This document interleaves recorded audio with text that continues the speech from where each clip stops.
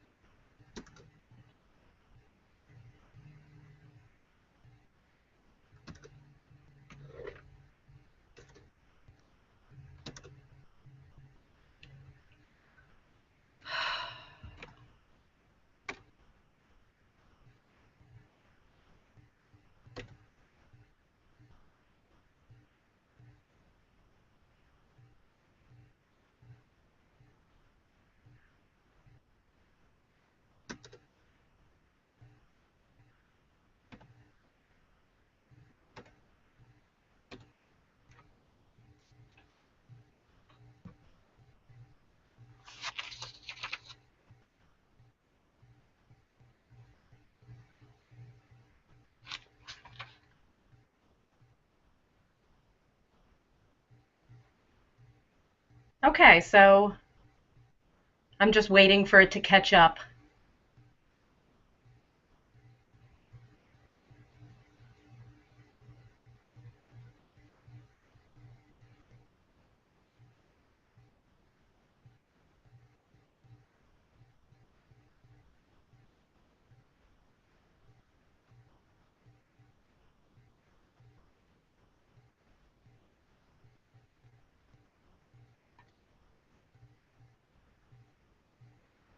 Okay. Hi, everyone. I am very excited to be here. I'm not sure that Sheila has been able to jump on yet, but hopefully she'll be able to jump in and join the conversation.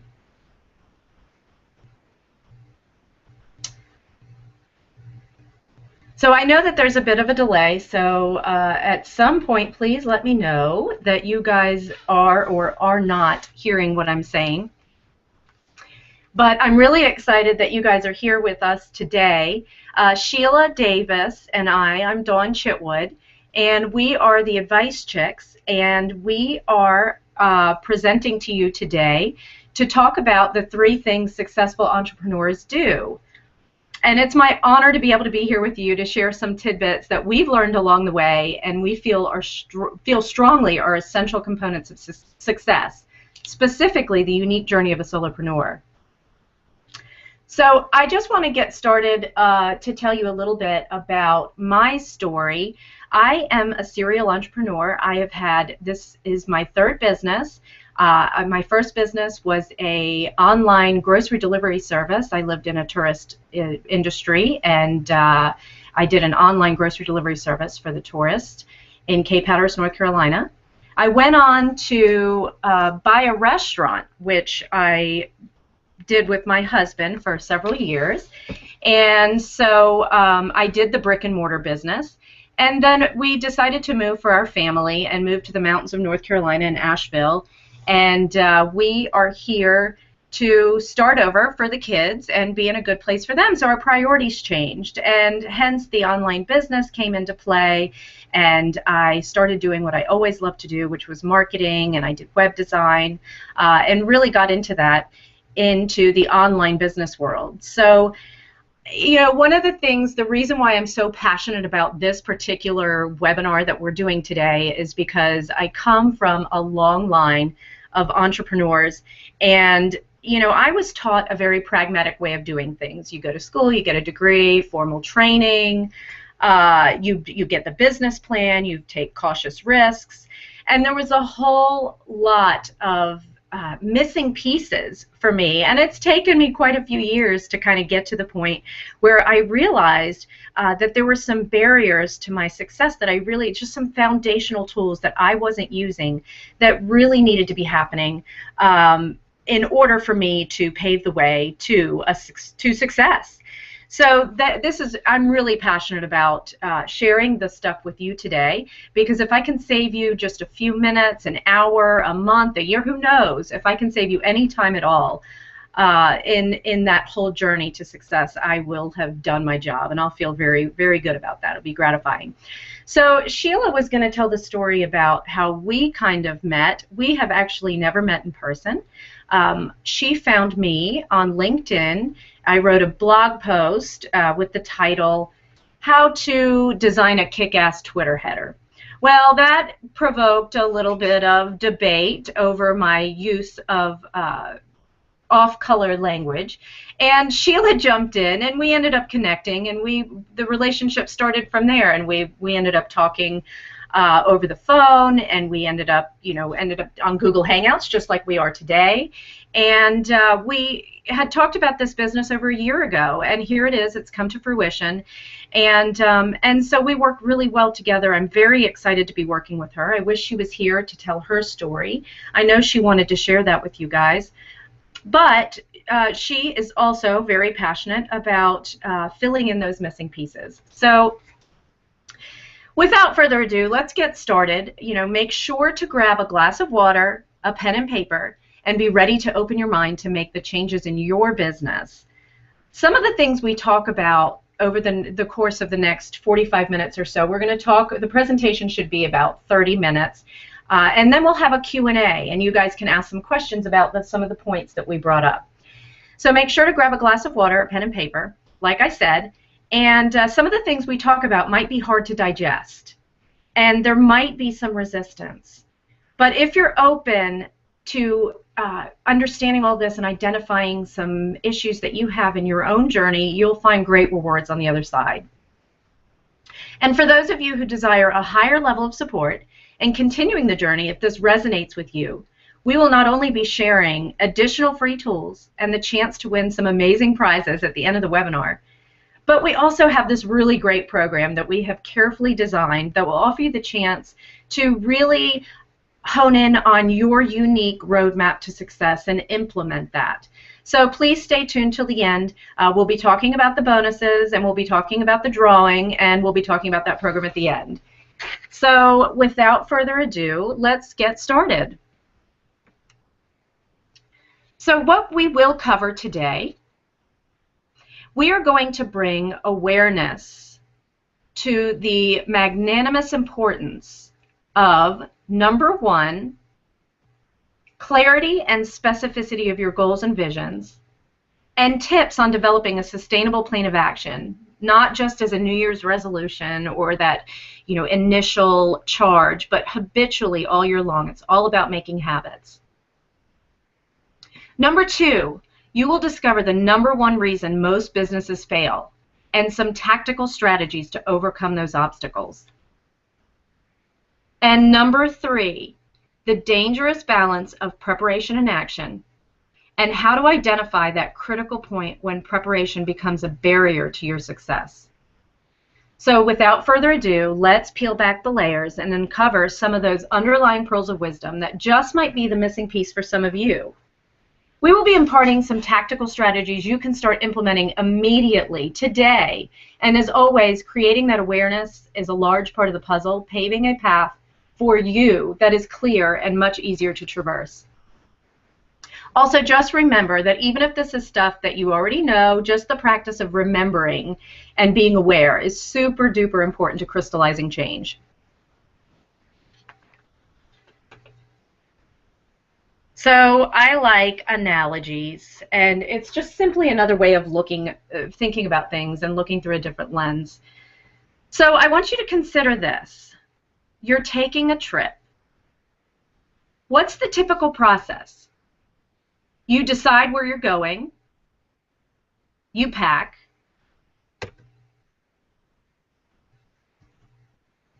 you get out and go, right?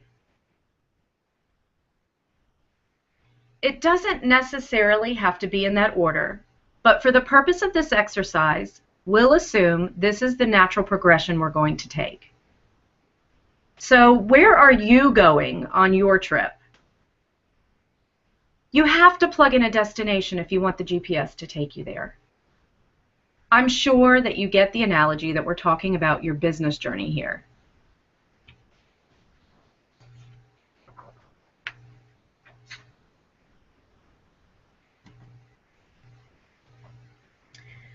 So to get started, I want to plant a seed for you.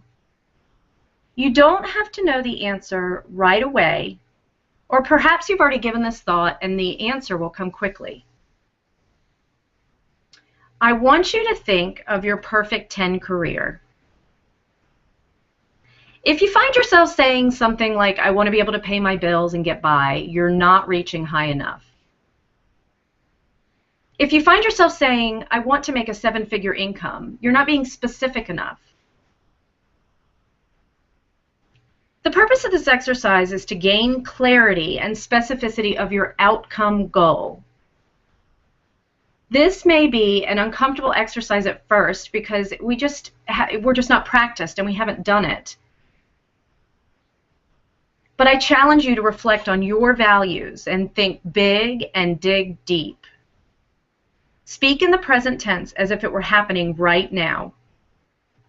Don't overthink it. It doesn't matter how it's going to happen.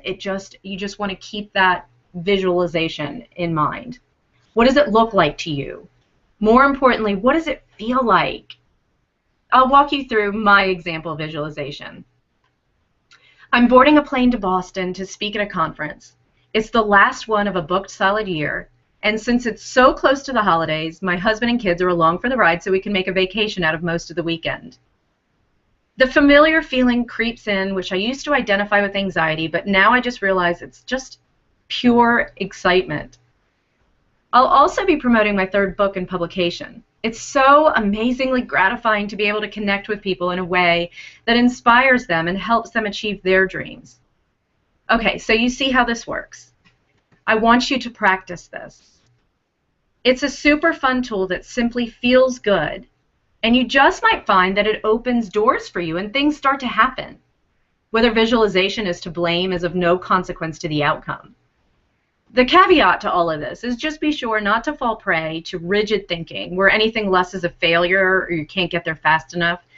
You know, it's about the journey, like we said in the last slide. And this should be fun. It all should be fun. So here's a little example of visualization quantified. There was a study done by some medical researchers and scientists or sports coaches back in the 1980 Olympics. And they had 4 test groups. They had group 1 doing 100% physical training, group 2 doing 75% physical training and 25% visualization, group 3 doing 50-50, and group 4 doing 75% visualization and 25% physical training. The results for me were surprising, and they may surprise you. It turns out the 4th group that only did 25% physical training and 75% visualization outperformed and showed the greatest athletic improvement among all the groups. And furthermore, in addition to that revelation, the Soviet coaches and doctors also concluded that it helped people's overall confidence because they were visualizing themselves actually winning the event and how good that felt. And it increased their ability to remain focused and alert, and it eliminated all those other distractions. You were really focused on the end goal. So another exercise that I'd like to go over with you today, and you can do this on your own and go back like with the visualization exercise, and I want you to practice that. That's something that you can do over and over again. You can do it in the car when you're driving, whatever. This is something here, this activity, I want you to list all your daily activities, and this is something that should be done routinely as well. And when you list all your daily activities, and you look at all of the things, you know, I want you to look at these questions. I want you to ask, are they supporting your outcome goal? What was that goal, that perfect 10 career? And are your daily activities supporting that perfect 10 career? If they're not, then you might consider eliminating what doesn't serve you. And I don't mean, you know, the self-care and the fun and all of those other compartments of our lives, you know, our lives are responsible. They all support our outcome goal. They're very important. Having balance in all those areas is important. So it's not about, I'm not talking here about just being productive and everything has to be about work. You have to have that balance and that rest. So eliminating what doesn't serve you. I want you to look at the things that you can delegate. Get help. That's huge. I don't know if you're like me, but I mean, I came out of the womb thinking I could do everything myself. And as a society, we place so much value on that do-it-yourself type mentality. But there's no shame in getting help, and that's the only way we're going to be successful, is to get help and outsource our weaknesses. Minimizing distractions. So making sure that when we have our activities, that we're focusing on those particular activities. You know, if I'm with my family, I need to be with my family. If I'm doing work stuff, and that'll help all of the areas of our lives. So scheduling cushions. If you're like me, I schedule back-to-back appointments and tasks or whatnot, and I find myself running from one thing to the next. And we need those cushions of time in between our activities to kind of prepare and to integrate what we've learned or what we're doing. Scheduling self-care and fun, just like I spoke about, it's integral to the balance of the whole picture. And then just check in with yourself. When I looked at my list, and I do this periodically, and when I look at my list, I look at the things and say, you know, check in with myself. Is this something that I feel good about and that I want to be doing? So if you have those kind of drags of why it's something that's keeping you from wanting to do it, just check in with yourself and figure out why that might be.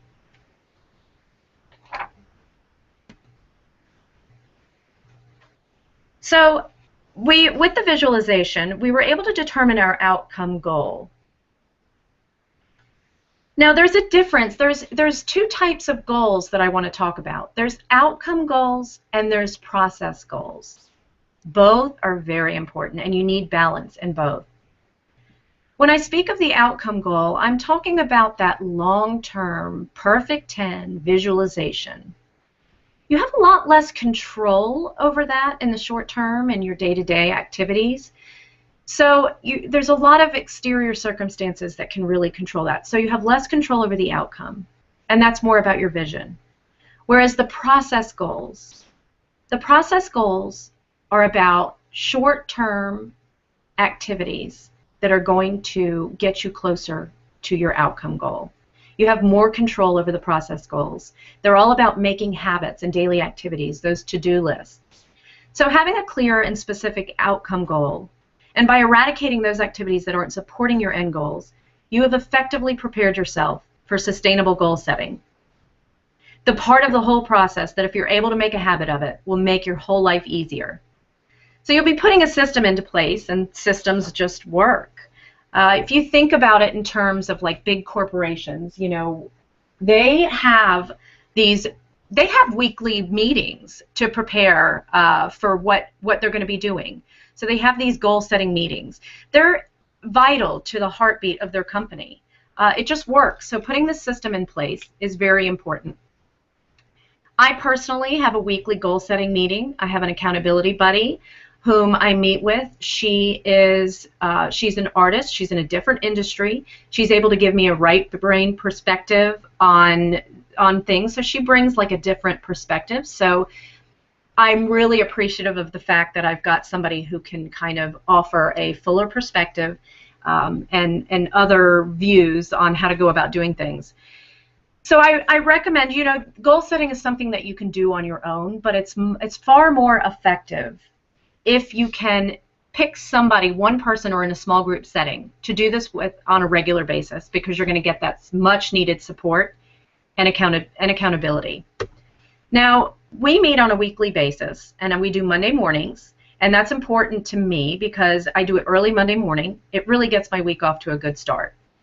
And it sets my plan of action for the week. We do our process goals. And we use the SMART goal setting method.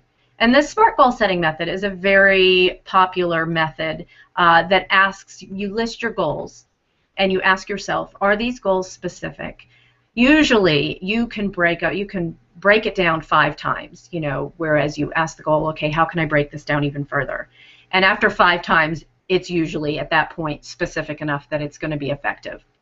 So ask yourself if your goals are specific. Are they measurable? How do you know that you've completed your goals? Are they attainable? What obstacles are going to get in your way? Are they realistic? Is this something that I can do realistically and timely? Do you have a deadline for your goals? That's very important. You know, as a solopreneur or an entrepreneur in small business, one of the benefits of being an entrepreneur is that we get to set our own schedules, you know. So that's really great that we get to call the shots. Sometimes that can be a pitfall. So make sure that you are setting your own schedule and you have a routine and you're making sure to do these goal setting, making a habit. That's going to be the theme of this entire presentation, is making habits. So this effectively brings us to the second part of the presentation, which is we're going to discover the number one reason most businesses fail. And here it is, the drum roll, please. The number one reason most businesses fail is you. Well, not you being responsible for the failure of businesses collectively, but there's a good chance that you've had a hand in your own quote-unquote failed ventures. And I use the word failure with much hesitation because I don't believe there's such a thing as failure in the sense of the word. All these so-called failures are merely building blocks of experience and necessary learning. We have to go through our failures and that experience in order to get to that success. So what are the ways that we get in our own way? Unfortunately, the list can be lengthy, but take comfort in knowing that you can get out of your own way. It takes awareness and practice, and it ain't easy, but the rewards are great on the other side of change. So common method of self-sabotage number one, comparing ourselves to everyone else's highlight reels. We tend to compare our whole lives to other people's highlight reels. Oftentimes we don't fully realize the limitations this puts on our ability to move forward. So if you think about your heroes and your mentors, those that you admire, typically when we get that picture in our mind, we don't see their flaws, we see their success. But we concentrate on our own flaws. We know our whole picture, and we tend to focus on the mistakes that we've made. So when you're looking at, like, we look at Richard Branson's empire, and we see what he has, not what he went through to get there. And we regard Albert Einstein as a genius, but we don't pay much mind to the struggles that came with all that. And this is the first self-imposed limitation that many, many people lose ground to. And just to kind of show you the power of this, I want to tell a couple stories. So here's a story about a young boy from humble beginnings who gets expelled from school for forgery. He goes on to complete his grade school education and ends up with an apprenticeship following his love for machinery. He drops out of college later and never gets a degree. He fell seriously ill and recovered and went on to interview with a major player in his industry, but was turned down. At the encouragement of his neighbors, he started his own business. This man happens to be Soichiro Honda, and that major player in his industry that he got turned down by was Toyota.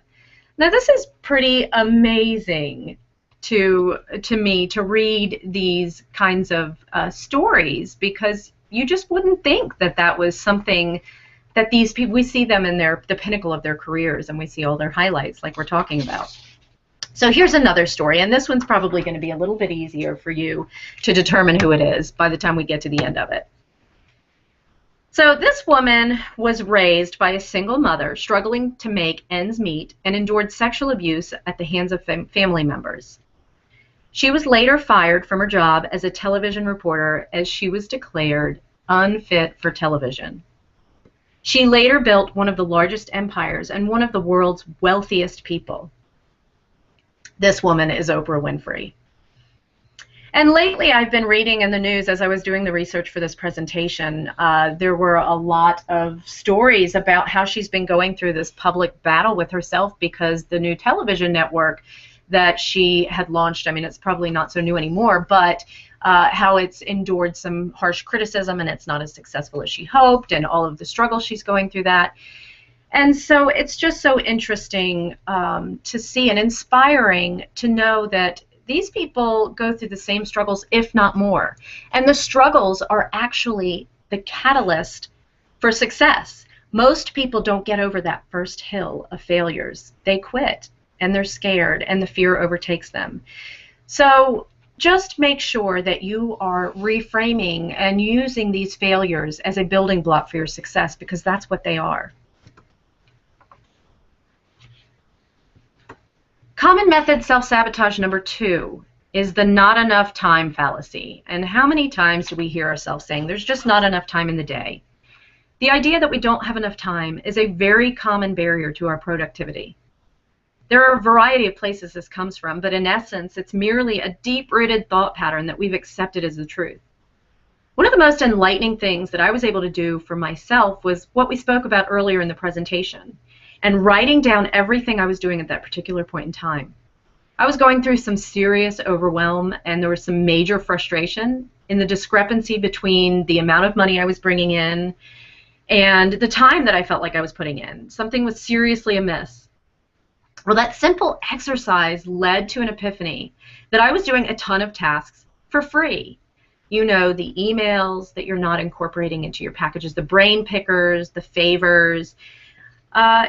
This was just something that when I was able to bring awareness to it, I was able to get rid of those things that weren't serving me, or I was able to find a way to make it serve me. So with the emails and incorporating that into the time that I spend and encouraging people to schedule a strategy session with me, and you can find the answers to this in great depth in these products or programs or by scheduling a call. So the not enough time fallacy is exactly what that says. It's a fallacy. If you look at this chart showing the average use of time working adults ages 25 to 54 with children, so how they spend their day, it'll give you an interesting perspective on how many hours are in the day and how we spend our time doing certain activities.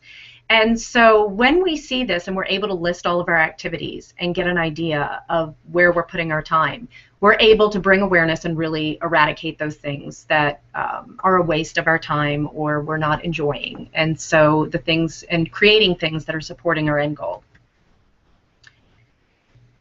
This is an interesting way to look at it as well. In our society, we have become so ingrained with the idea of an 8-hour workday, and how this really doesn't support our maximum optimal productivity, because according to this concept of Ultradian Rhythm, we are only able to focus on any given task for 90 to 120 minutes. Afterwards, a 20 to 30 minute break is required for us to get the renewal to achieve high performance for our next task again. So according to this chart, if you were to spend 90 minutes doing something, and that's the time block that we have for maximum productivity, for maximum focus, then that would say at 45 minutes, we're reaching our peak activity. Anything more than 45 minutes, we're on our way back down again. So this kind of shows us, if we think about it as energy management, if we are allowed to allow ourselves to schedule these time blocks and work within these constraints, then we will be making a better use of our time. So some tips to beat the not enough time fallacy. We can work with deadlines, and we work better with deadlines, period. One of the benefits of being an entrepreneur is that we have freedom to call a lot of shots. I said that. So the ultimate productivity is achieved when we set deadlines and pair it with an appropriate reward. So that kind of goes back to the time blocks. So dedicating time blocks to tasks and making sure that you honor that. There's an app that I use called Focus Booster app, and you can look that up and download it to your computer. And then you set like these 45-minute time blocks and then make yourself take the break. I personally do 25 minutes, and then I take a 5-minute break, and I get up and I stretch, and then I get back down and I do tasks again. So whatever works best for you. Eliminating distractions. This is huge. And I'm going to tell a little bit of a story for you, which I believe that most people can relate to. I know it's a big one for me. And it's how many people can relate to getting on the computer to complete a task, whether it's for a client or you're doing something for your own business. The phone rings and it's another client that sets you off on another task. So it leaves that task open in one of the growing number of your open tabs. You hear the notification that a message just came in on Facebook, and you pop over there to see what that was all about, and you get distracted by all the pictures of the cute babies. So a message pops up in the meantime in the corner from your Gmail chat, and someone calls you on Skype. What were you doing again in the first place?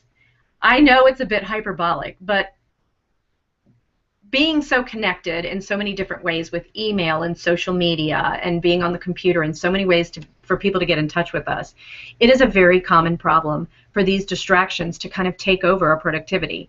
So the bottom line is, no notifications is one of the best things you can do for your time management. The last one is an interesting concept, schedule serendipity, and it's kind of somewhat of an oxymoron. I mean, serendipity is something that happens when you least expect it, so how can you schedule those unexpected times? But it is a very valuable phenomenon in business, and actually something that is starting to trend. Big companies like Google are starting to offer their employees serendipity vacations, which allows them that time that they're not sitting in front of their desk or in their cubicle or wherever you may work. And it allows you that time where creativity flows and serendipity can actually happen. So it's important for us to remember how valuable of a concept this is to our own business. Serendipity are those happy accidents that occur when we're not expecting them to. And it's hard for that to happen when we're glued to our work. So take time to allow for those unexpected happenings.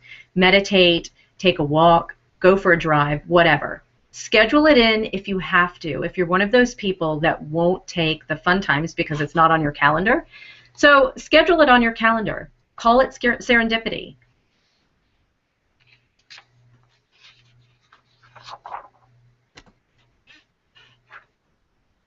This was a good quote that I liked. It's not enough if you're busy. The question is, what are you busy about? I mean, how many times we all hear, well, I was busy, I got busy. You know, we've got to really think, what were we busy about? And what are we doing the things that are important to us? Common method of self-sabotage number 3, and this is huge. I am sure that everyone at some point struggles with the I'm not capable. This comes in many different forms. I'm not good enough. I'm not smart enough. I'm not worthy enough. Why will people listen to me? I'm not an expert in my field. So it's very important to beat that inner critic, because what that is those are those inner voices in our head, the negative Nancys that are telling us we can't, we can't, we can't. And we all have them. We didn't start out that way, thinking that we weren't good enough or smart enough. Those thoughts came from an experience or something someone said that made us feel that way. And self-doubt is a killer. And we have the power to choose not to believe those negative voices. It took time for us to start believing them, so it'll take time and practice for us to start not believing them. So just being aware when it creeps in and being able to identify those voices. So here's some ways that we can beat that inner critic. We can rewire our brains, just knowing that, the fact that we can change our reactions. One of the big things in rewiring is the reframe. The reframe, I love this practice. It piggybacks off the first idea of rewiring. And we rewire with the reframe repeatedly. So converting our so-called weaknesses, all those things that our inner voices are berating us for, and we need to convert those into strengths. And saying things like, I'm not disorganized, I'm creative. And that really benefits me because this is what I'm able to offer clients for that positive trait. I'm not stubborn, I'm tenacious. I'm not nervous, I'm excited. So I watched this is really helpful to me, this was profound. I watched a Marie Forleo video about public speaking, and I don't know if you are familiar with her, but she's a very popular marketer, and I would definitely check her out. She offers some great video blogging tips, or on her video blog, she offers some great marketing tips. And one of the things that she said was, this particular video was about public speaking. And she said it was all about the reframe. Instead of saying, you know, I feel nervous about getting up and talking in front of somebody or doing video, replace that word nervous with something. It can be silly. Her word, which I straight up stole and use, is Shazam. And so instead of saying, you know, I feel really nervous about what I'm getting ready to do, replace it. I feel Shazam. And it is amazing how that changes your whole mind frame and how you feel, like physiological responses in your body. Your body starts to relax. You start to laugh, you smile. So when you're replacing that freaking out feeling with I'm feeling Shazam, you can really feel your whole situation just shift. So here's something a little bit further. This might sound silly, but giving that inner critic a name, preferably something silly. So giving it a face and a name. Draw it, doodle it on paper, imagine it. What does it look like? Is it a he? Is it a she? What's her name? I'll share with you. I just started doing this recently, and it has been effective. Mine is Maxine. Maxine is that old woman on the front of the Hallmark cards that is always giving that scowling and spouting that contemptuous humor on the front of the greeting cards. And so I have a picture of her in my head. So whenever I hear those inner voices, now she's got a name. So it's really hard for me to take her seriously. And I know it sounds silly, but try it. It works. It helps. It makes you smile. It gets you over those little periods of time that if you focus on the negative and you don't have a way to give it a face or get out of it, then you tend to spiral into overwhelm, and it can really shut you down.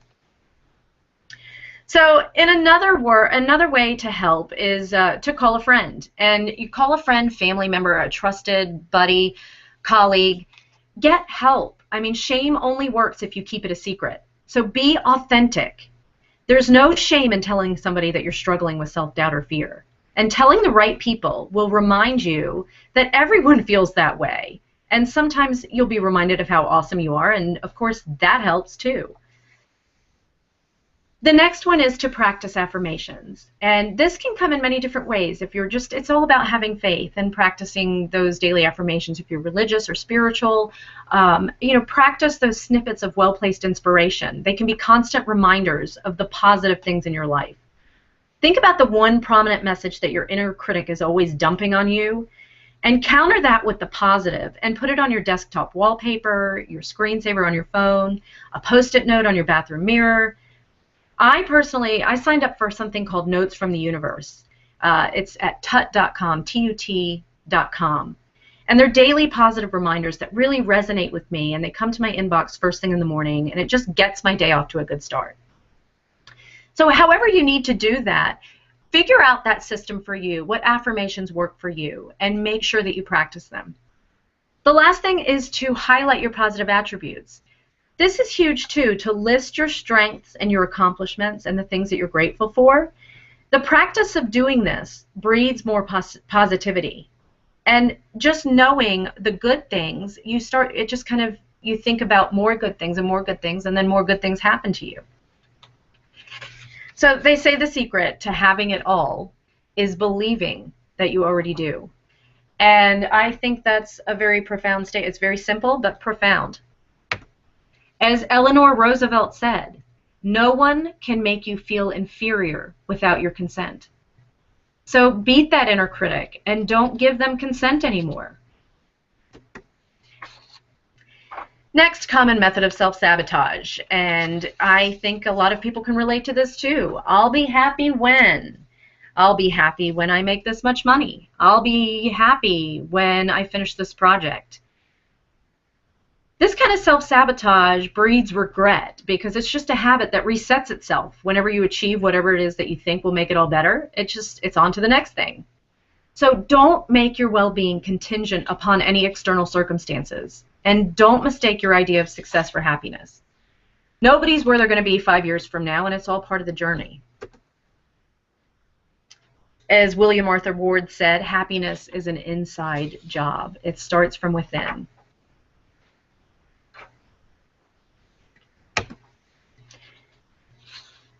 Common method of self-sabotage number 5, beliefs about money. And these beliefs can come in several different forms. These are some of the things that I battled with. Money for me is a big issue. I have this emotional attachment to money. I believe, it's hard. It's hard to come by. It's scarce. It's the measure of my success. People won't pay that, which goes back to the value, and I'm not smart enough, I'm not capable enough. I can't afford help, which is on that scarcity issue. So one profound thing to me that was very an epiphany, an aha moment, was I met with somebody to overcome some of those self-limiting beliefs. And we talked about how I had that money. I believed that through hard work, the only way that I was going to achieve that success and that money was through hard work. It had to be hard, or otherwise it wasn't valuable. She brought it to my attention. She asked, well, what things are easy in your life? Think about the things that are easy in your life. For me, it was relationships and friendships. I have good relationships with my family and friends. And she said, well, do you value those relationships? I said, of course, more than just about anything. So the logic is, well, then why does success and money have to be elusive and hard if the things that are easy in your life come easy and you value them still? And so that was an aha moment for me. And so many people have this attachment to money, and you invest so much energy into it, and it really brought some attention to me that maybe the things that were hard for me, if I didn't invest so much energy into it, maybe they would be easier. So it's just something to think about.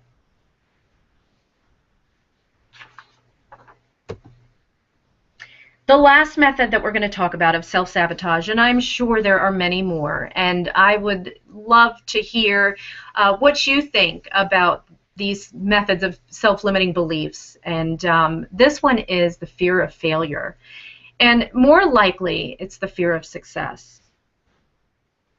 So many times we're so afraid to put ourselves out there because we think that we're afraid to fail. And I just wonder, and I want to pose the question, what are the chances that we're actually scared to succeed? A famous author, Marianne Williamson, she wrote the book Return to Love, and she said, our deepest fear is not that we're inadequate, it's that we're powerful beyond measure. And this was really interesting to me, because I think that commonly we really think it is about failing, but more than likely we're scared of that commitment and that visibility and actually being successful. So that's something that I definitely think that we should all question and be aware of. And to do one thing every day that scares us and to push us into those boundaries and overcoming our fears and being successful. Oprah Winfrey said failure is just movement. And I like that. It's very simple. Failure is just movement towards our goals. They're just building blocks.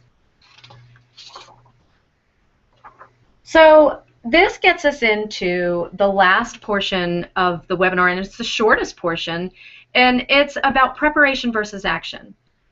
It's about the precarious balance between preparation and action, and when the critical point when preparation becomes a barrier to our success. Because how many times do we feel like we need to get the entire, everything needs to be perfect before we put it out there to the world? The problem is that we may never put it out there. So in order to get fuel for action, we need to stay in the present. Staying in the present means just doing what's right in front of you. Those process goals, look at your process goals and worry about those. Don't let the domino effect get a hold of you and start thinking about the next task and the one after that and so on and so forth. Then put it out there to the world, like I'm saying. When you state it out loud, especially to other people, you're establishing that accountability. One of the best ways I've found to keep myself accountable is to start promoting my intention. I put it on Facebook, run ads, whatever you need to do to hold yourself accountable.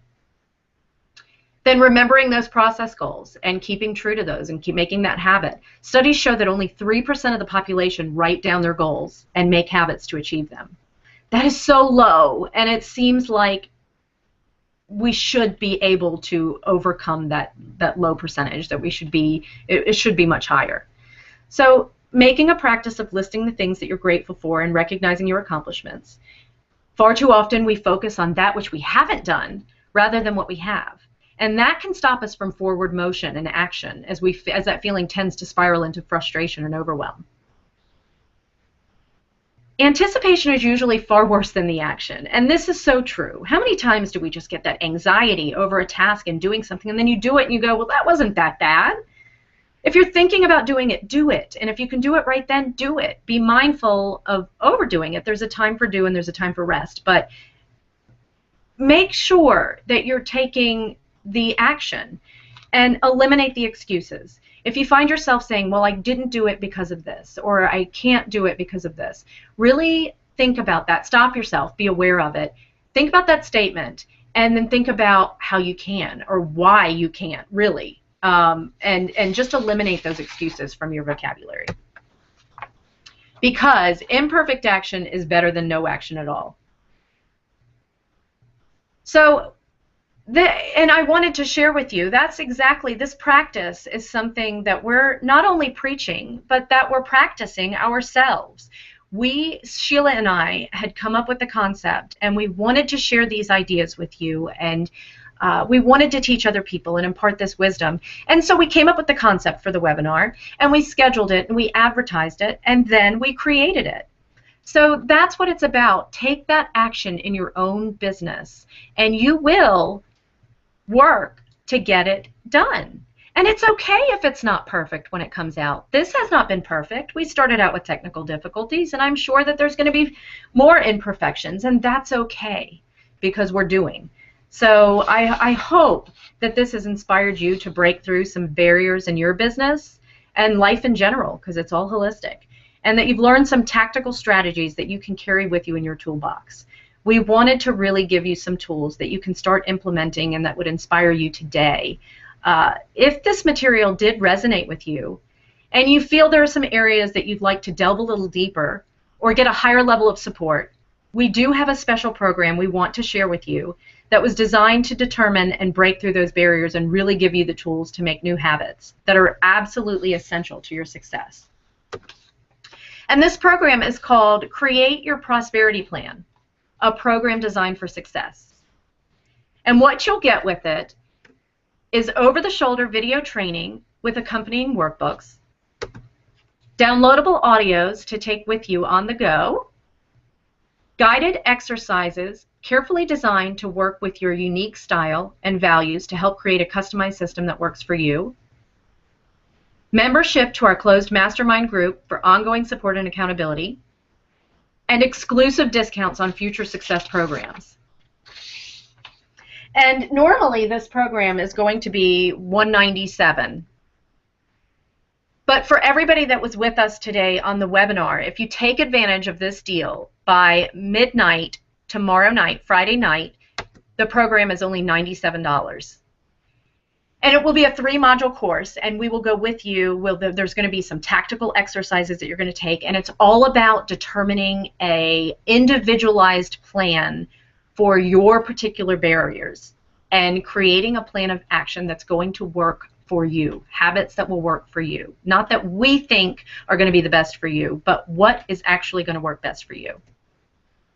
This is where you can find the program, and we're going to put the link in the chat, and we'll also email this to all of the attendees today.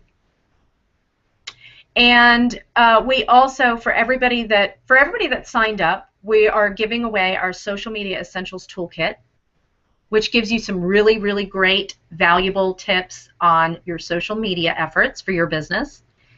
Everybody that attended live, that's here listening to this right now, is going to receive our business assessment. Now, one of the prizes that we're going to enter you, for all the people that showed up today, you'll be entered into a drawing.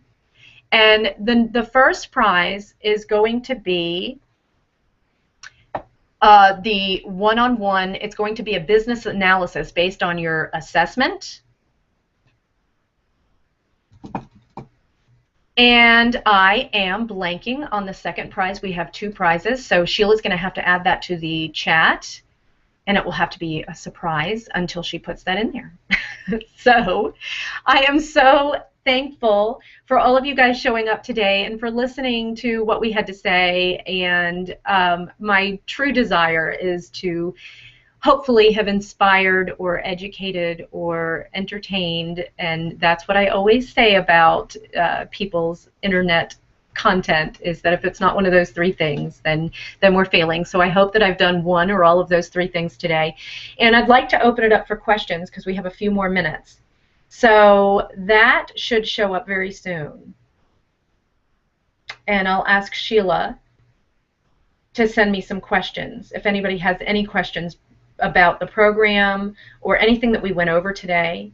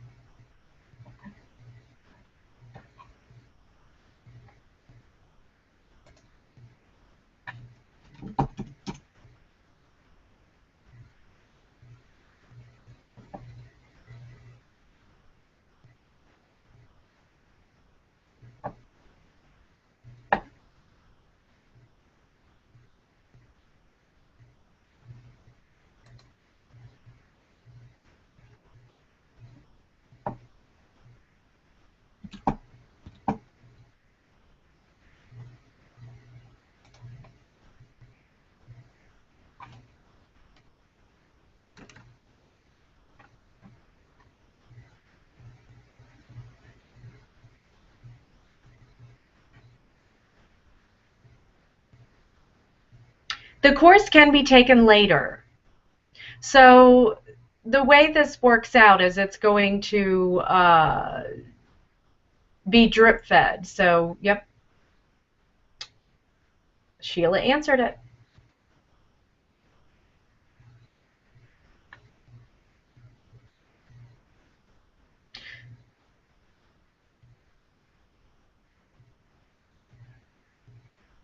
Sheila, I see the names, not seeing any questions.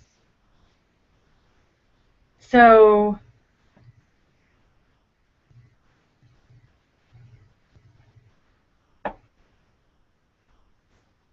oh, I want to remind everybody that if you're here and you want to be entered into the drawing, please be sure to let us know.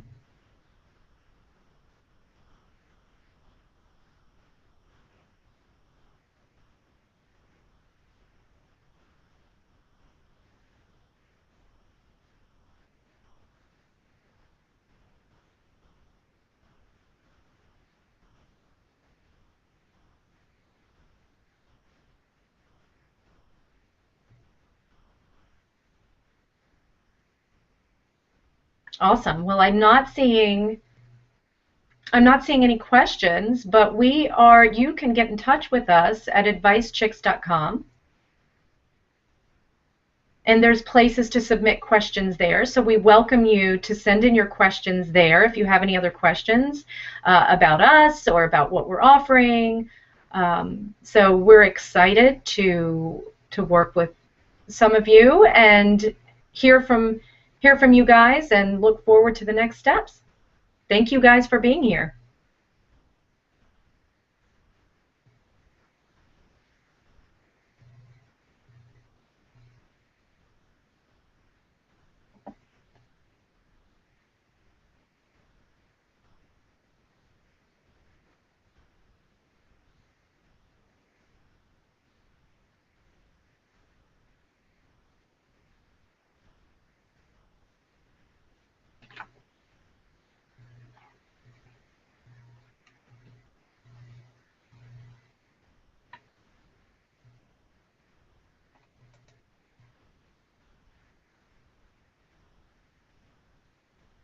Oh, I am seeing them. Okay, so Sheila just messaged me, and our winners for the prizes are Pam and Octavia. They are our winners for the prizes. The first one being,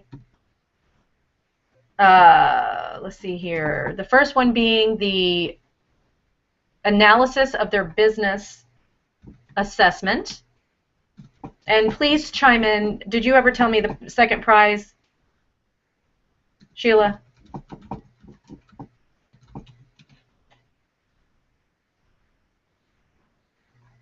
The second prize is the brand review and Advice Chicks one-on-one help. Is that correct?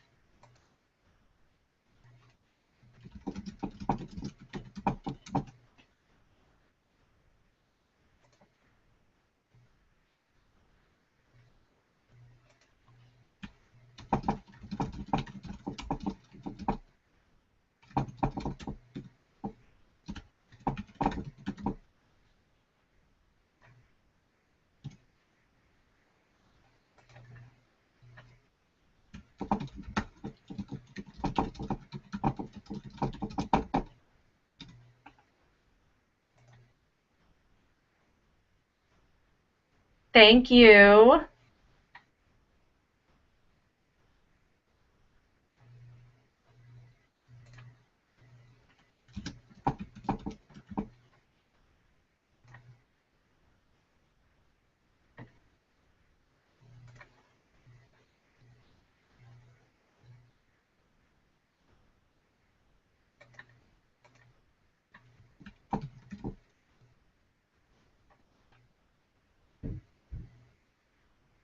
Awesome. Awesome. Thank you so much. You guys have a wonderful, wonderful, wonderful day.